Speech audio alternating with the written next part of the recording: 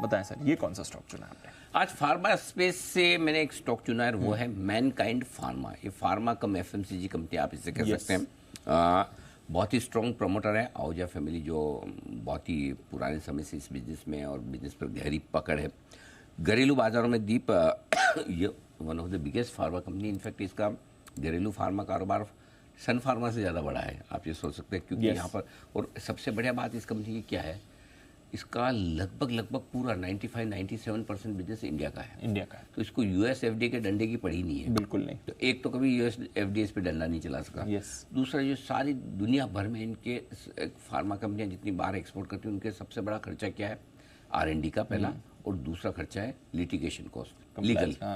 तो इनके वो आर&डी तो खैर सभी करते हैं, ये भी करते हैं, लिटिगेशन का खर्चे करते हैं। सो ये दो चीज़ें बड़ी, तो घरेलू फार्मा मार्केट में इनकी बड़ी स्ट्रॉन्ग पकड़ है।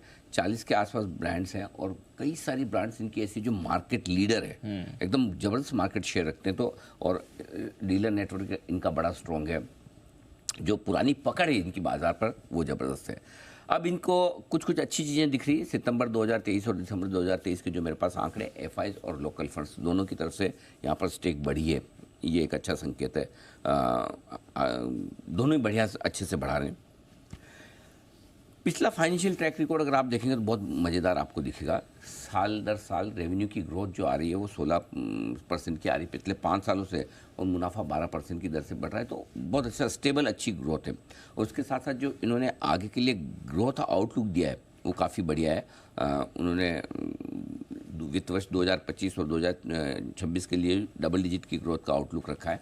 तो अगले 2 साल भी अच्छी ग्रोथ के रह सकते हैं। बैलेंस शीट मजबूत है, 2750 करोड़ के आसपास का कैश पड़ा है बैलेंस शीट में। नेट कैश फ्लो पॉजिटिव है 600-650 करोड़ के आसपास।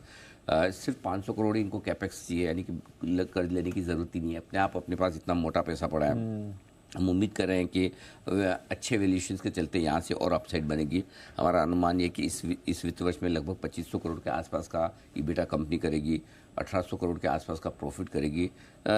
वित्त वर्ष 2025 के वैल्यूएशन पे 36 टाइम ट्रेड कर रहा है, 35 टाइम, विच इज़ रीजनेबल, बहुत महंगा नहीं, क्योंकि आजकल तो फार्मा कंपनियां काफ़ी महंगी ट्रेड करती हुई दिख रही है। इस हिसाब से आपको 1 से 3 साल के नज़रिए से आपको इसको खरीदना है, मिनिमम 1 साल 3 साल। अगर 3 से 4 साल में स्टॉक डबल हो जाए तो मुझे लगता है कि अच्छा स्टॉक है, जहाँ आपको 20 से 25% की ग्रोथ के साथ ये डबल हो सकता है 3 से 4 साल में।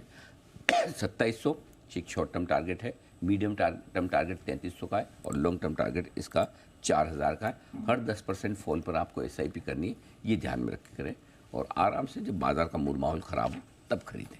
ऑलमोस्ट डबल आपका कन्विक्शन है इस काउंटर के लिए। चलिए, मैनकाइंड फार्मा IPO से ही अनिल जी को पसंद आ रहा है, अब आपके लिए फ्रेश वेल्थ क्रिएशन व्यू आ रहा है।